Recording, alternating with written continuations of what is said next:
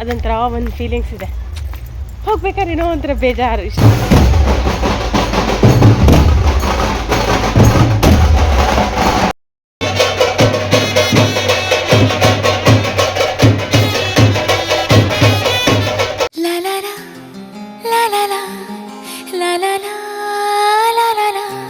ನಮಸ್ತೆ, welcome back to my YouTube channel. Last ವ್ಲಾಗಲ್ಲಿ ನಾನು ನಿಮಗೆ ಹೇಳಿದ್ದೆ ನಾನು ನೆಕ್ಸ್ಟ್ ವ್ಲಾಗು ಗಣಪತಿ ವಿಸರ್ಜನೆ ಅಂತ ವೀಡಿಯೋ ಶೇರ್ ಮಾಡ್ತಾ ಇದ್ದೀನಿ ಅಂತ. ಬನ್ನಿ ಶೇರ್ ಮಾಡ್ತಾ ಇದ್ದೀನಿ.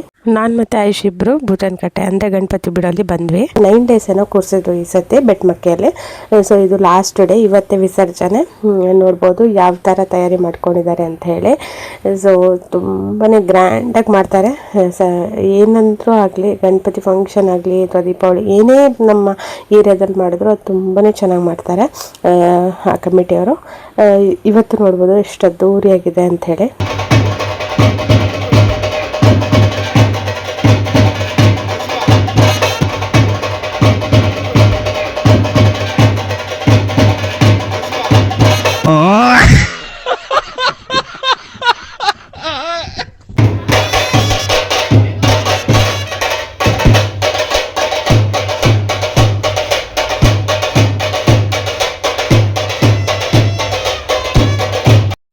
ಆಯ್ತು ನೋಡಿ ಎಷ್ಟು ಎಕ್ಸೈಟಲ್ಲಿ ನೋಡ್ತಾ ಇದ್ದಾನಂತ. ಅವನು ಅದಕ್ಕೋಸ್ಕರನೇ ಹೋಗಿರೋದು ತೀರ್ಥಳ್ಳಿಗೆ.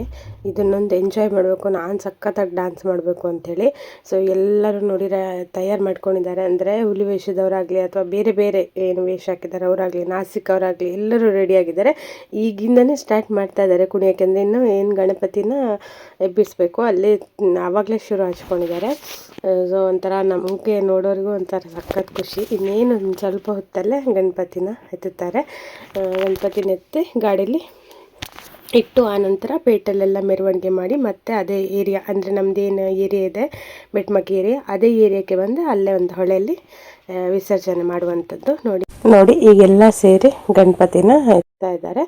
ನಂತರ ಗಾಡೀಲಿ ಗಣಪತಿನ ಕೂರಿಸಿ ಆಮೇಲೆ ರೋಡಲ್ಲಿ ಮೆರವಣಿಗೆ ಮಾಡುವಂಥದ್ದು.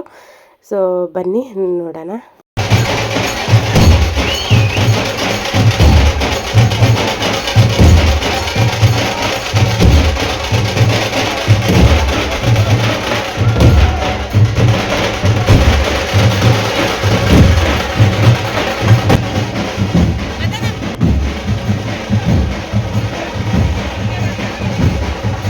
ನಮ್ಮ ದೊಡ್ಡ ಗಣಪತಿ ಜೊತೆಗೆ ಪುಟ್ಟ ಗಣಪನು ಕೂಡ ರೆಡಿಯಾಗಿದ್ದಾನೆ ವಿಸರ್ಜನೆಗೆ.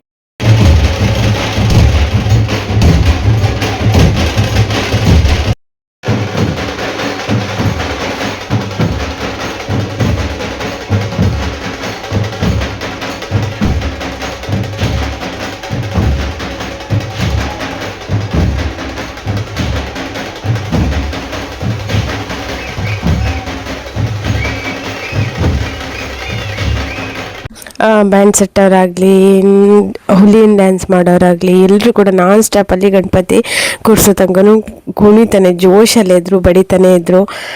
ಸೊ ಗಣಪತಿನ ಕೂರಿಸಿದ್ರು, ಚೆನ್ನಾಗಿ ಹೂವಿನ ಅರ್ಪಣೆ ಮಾಡಿದರು ಗಣಪತಿಗೆ. ಆನಂತರ ಕಾಯಿ ಏನಿದೆ ತೆಂಗಿನಕಾಯಿ ಹೊಡೆದು ಗಾಡಿಯನ್ನು ಮುಂತರ್ತಾರೆ. ಇದು ಗಣಪತಿದ ಹಾರ ನೋಡಿ ತೊಗೊಂಡೋಗ್ತಾ ಇದ್ದಾರಲ್ಲ ಅದು. ಇನ್ನೇನು ಗಣಪತಿ ಸ್ವಲ್ಪ ಹೊತ್ತಲ್ಲೇ ಹೊರಡುತ್ತೆ.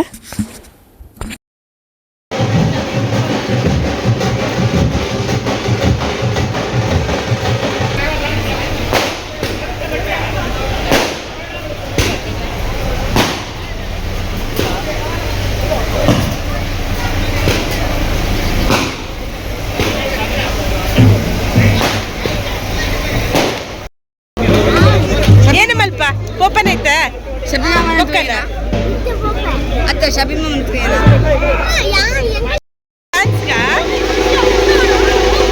ಡ್ಯಾನ್ಸಿಗೆ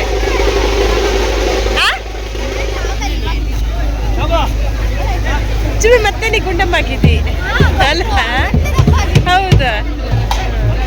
ಹಾಯ್ ಅರ್ಷಿತ. ಪೋಪನ ಅಕ್ಕನ ಬಂದ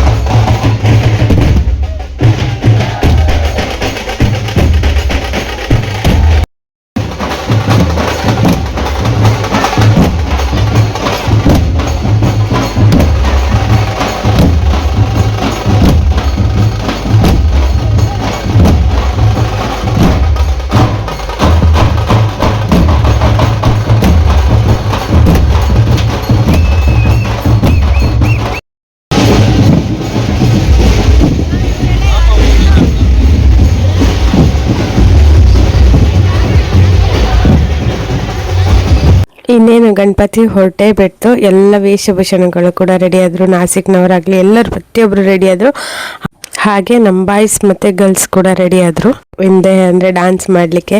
ಮುಂಚೆ ಎಲ್ಲ ಸ್ವಲ್ಪ ಇದು ಮಾಡ್ಕೊಳ್ತಾ ಇದ್ರು ಹುಡುಗಿಯರೆಲ್ಲ ಹೋಗಿ ಡ್ಯಾನ್ಸ್ ಮಾಡೋದಂತ. ಬಟ್ ಇವಾಗ ಹಂಗಿಲ್ಲ, ಇವಾಗ ಎಲ್ಲರೂ ಕೂಡ ಎಂಜಾಯ್ ಮಾಡ್ತಾರೆ. ಮಾಡಲೇಬೇಕು, ಇರೋದೊಂದು ಲೈಫ್ ಎಂಜಾಯ್ ಮಾಡಬೇಕು. ಸೊ ಹಾಗೆ ಎಲ್ಲರೂ ನೋಡಿ, ಎಲ್ಲರನ್ನ ಬನ್ನಿ ಅಂತ ಕೂಡ ಕರೀತಾ ಇದ್ದಾರೆ. ಸೊ ಹಾಗೆ ಎಲ್ಲರೂ ಕೂಡ ಹೋಗ್ತಾರೆ. ಒಂಥರ ಅದೊಂದು ಖುಷಿ, ಮಜಾನೇ ಬೇರೆ. ಸೊ ಹಾಗೆ ಗಣಪತಿ ಹೊರಡ್ತು. ಬಟ್ ಎಲ್ಲಿ ಮಳೆ ಬರುತ್ತೆ ಅನ್ನೋದೊಂದು ಭಯ ಅಷ್ಟೇ. ಸೊ ಮಳೆ ಬಂದರೆ ಒಂದು ಸ್ವಲ್ಪ ಪಾಪ ಮಕ್ಕಳೆಲ್ಲ ಚಂಡಿ ಆಗ್ತಾರಲ್ಲ ಅನ್ನೋದಷ್ಟೇ, ಅದು ಬಿಟ್ಟರೆ ಏನಿಲ್ಲ. ಅದಕ್ಕೆ ಮತ್ತು ಗಣಪತಿ ಕೂಡ ಸೇಫಾಗಿ ಅವರು ಕವರ್ ಹಾಕೊಂಡು ಹೋಗ್ತಾ ಇದ್ದಾರೆ, ಮಳೆ ಬಂದರೆ ಚಂಡಿ ಆಗಬಾರ್ದಂತ. ಏನೂ ಪುಣ್ಯಕ್ಕೆ ಅವತ್ತಷ್ಟು ಮಳೆ ಇರಲಿಲ್ಲ, ಅದೃಷ್ಟ ನಮ್ಮದು. ಮಳೆ ಅಷ್ಟಿರಲಿಲ್ಲ, ಸ್ವಲ್ಪ ಬಂತು ಮತ್ತು ಅಲ್ಲಿಗೆ ಸ್ಟಾಪ್ ಆಯಿತು. ನೋಡಿ ಗಣಪತಿನ ಫುಲ್ಲು ಇದು ಪ್ಲಾಸ್ಟಿಕಲ್ಲಿ ಕವರ್ ಮಾಡಿದ್ದಾರೆ ಹೇಗಂತ. ಬಿಕಾಸ್ ಮಳೆ ಜೋರು ಬಂದರೆ ಕಷ್ಟ ಅಲ್ಲ. ಸೊ ಹಾಗೆ ಏನಿದ್ರು ಒಂದು ಸೇಫ್ಟಿ ಬೇಕು ಅಂಥೇಳಿ ಕವರ್ನ ರೆಡಿ ಮಾಡ್ಕೊಂಡು ಹೋಗ್ತಾ ಇದ್ದಾರೆ. ಸೊ ಇಲ್ಲಿ ಎಲ್ಲರೂ ಕೂಡ ಹಿಂದೆ ಹೋಗ್ತಾ ಇದ್ದಾರೆ ನೋಡ್ಬೋದು, ಗಣಪತಿ ಹಿಂದೆ. ಇನ್ನು ಇದು ಒಂದು 4:30 ಹಂಗೆ ಅವ್ರು ಹೊರಟ್ರ. ಇನ್ನು ಮನೆ ಹತ್ರ ಬರ್ಬೇಕಾದ್ರೆ ಸುಮಾರು ಹೊತ್ತಾಗತ್ತೆ, ಒಂದು 10 ತನಕನೇ ಆಗುತ್ತೆ. ಒಂದೊಂದು ಸರ್ತಿ 10:30 ಮೇಲೂ ಆಗುತ್ತೆ, ಇಲ್ಲದಿದ್ದರೆ ಒಂದು 9:30 10 ಹಂಗೆ ಬಂದುಬಿಡ್ತಾರೆ. ಸೊ ನಮ್ಮ ಗಣಪತಿಗೆ ಬಾಯ್ ಬಾಯ್ ಹೇಳೋ ಸಮಯ, ಒಂಥರ ಬೇಜಾರು ಕೂಡ. ಸೊ ನೆಕ್ಸ್ಟ್ ಇಯರ್ ಮತ್ತೆ ಬರ್ತಾರೆ. ಗಣಪತಿ ಹೊರಟು ನೋಡಿದ್ರಲ್ಲ, ಇದು ಏನೋ ಒಂಥರ ಫೀಲಿಂಗ್ಸ್. ಮುಂಚೆಯಿಂದ ಇಲ್ಲಿದ್ದು ಒಂಥರ ಗಣಪತಿ ನೋಡ್ಕೊಂಡು ಈ ಅದೊಂಥರ ಒಂದು ಫೀಲಿಂಗ್ಸ್ ಇದೆ. ಹೋಗ್ಬೇಕಾದ್ರೆ ಏನೋ ಒಂಥರ ಬೇಜಾರು. ಇಷ್ಟು ದಿನ ಫಂಕ್ಷನ್ ಎಲ್ಲ ಒಂದೊಂದೇ ಮಾಡಿರ್ತಾರಲ್ಲ. ಸೊ ಆ ಪ್ರೋಗ್ರಾಮ್ ಎಲ್ಲ ಇದ್ದು ಗಣಪತಿ ಇಡೋ ದಿವಸ ಒಂದಿಷ್ಟು ಖುಷಿ ಇರುತ್ತೆ. ಕಳಿಸುವಾಗ ಖುಷಿನ ಜೊತೆಗೆ ಬೇಜಾರನ್ನು. ಮತ್ತು ನೆಕ್ಸ್ಟ್ ಇಯರ್ ನೋಡೋದಷ್ಟೇ. ಮತ್ತು ನೆಕ್ಸ್ಟ್ ಇಯರ್ ನೋಡೋದು. ಅಕ್ಕನ ಮಕ್ಕಳೆಲ್ಲ ಹೋದರು. ಅದ್ರ ಜೊತೆಗೆ ಆಯುಷನು ಹೋಗ್ತೀನಿ ಅಂತ ಹೋಗಿದ್ದಾನೆ. ಅವನಿಗಂತರ ಎಂಜಾಯ್ ಮಾಡ್ಬೋದು ಅಂತ. ಈಗ ಸ್ವಲ್ಪ ದೊಡ್ಡಕ್ಕಾಗಿದ್ದಾನಲ್ಲ, ಹಾಗೆ ಹೋಗ್ಬೋದು. ಅವನು ಸ್ವಲ್ಪ ಡ್ಯಾನ್ಸ್ ಮಾಡ್ತೀನಿ ಅಂತ ಹೋಗಿದ್ದಾನೆ. ಅಷ್ಟು ಜನದ ಮಧ್ಯೆ ಹೇಗೋ ಏನೋ ಅಂತ ಗೊತ್ತಿಲ್ಲ, ನೋಡೋಣ. ಈಗ ಹೆಂಗಂದರೆ ಇಲ್ಲಿ ಗಣಪತಿನ ಇಲ್ಲೇನು ಕೂರಿಸಿರ್ತಾರೆ ಪೂತನಕಟ್ಟ, ಅಲ್ಲಿಂದ ಪೇಟೆಗೆ ಹೋಗಿ ಪೇಟೆಯಿಂದ ಒಂದು ರೌಂಡ್ ಹಾಕ್ಕೊಂಡು ಮತ್ತೆ ಸೀದಾ ಇಲ್ಲಿಗೆ ಬರ್ತಾರೆ, ಇದೇ ಏರಿಯಾಕ್ಕೆ, ಬೆಟ್ಮಕ್ಕಿ ಏರಿಯಾಕ್ಕಂತೂ. ಇಲ್ಲೇ ಒಂದು ಹೊಳೆ ಇದೆ, ನಾಡ್ತಿ ಅಂತೇಳಿ. ನಾಡ್ತಿ ಅಂತ ಒಂದು ಹೊಳೆ ಇದೆ, ಆ ಹೊಳೆಗೆ ಹಾಕುವಂಥದ್ದು.